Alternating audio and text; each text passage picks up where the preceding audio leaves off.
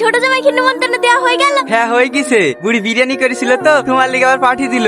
লেও ধরো। ওগো আজিজুল তো এবারও কুরবানি আছে, ভালো করে বলি এসছো তো? হ্যাঁ হ্যাঁ ভালো করে বলে এসছি। দাও হেসুটা দাও, ছাগলটা চারটি পাতা কেটে লেসি দি। বিকালে আবার বড় জামাই বাড়ি নিমন্ত্রণ করতে যেতে হবে। থাক খুব হয়েছে, এই রোদরে দেওয়ার বড় জামাইকে বলতে যেতে হবে না, ফোন করে বলে দিলেই হবে। আসবে না আসবে। তাই বললে হয়? বছরকার দিন মেয়ে জামাইকে বলতে হবে না? না বলতে হবে না, এই হলে আমাদের কথা শুনতো। বেরিয়ে আর ওই ভিখারিকে বিয়ে করতো না, জীবনে এত কুরবানি দিতে পারে না।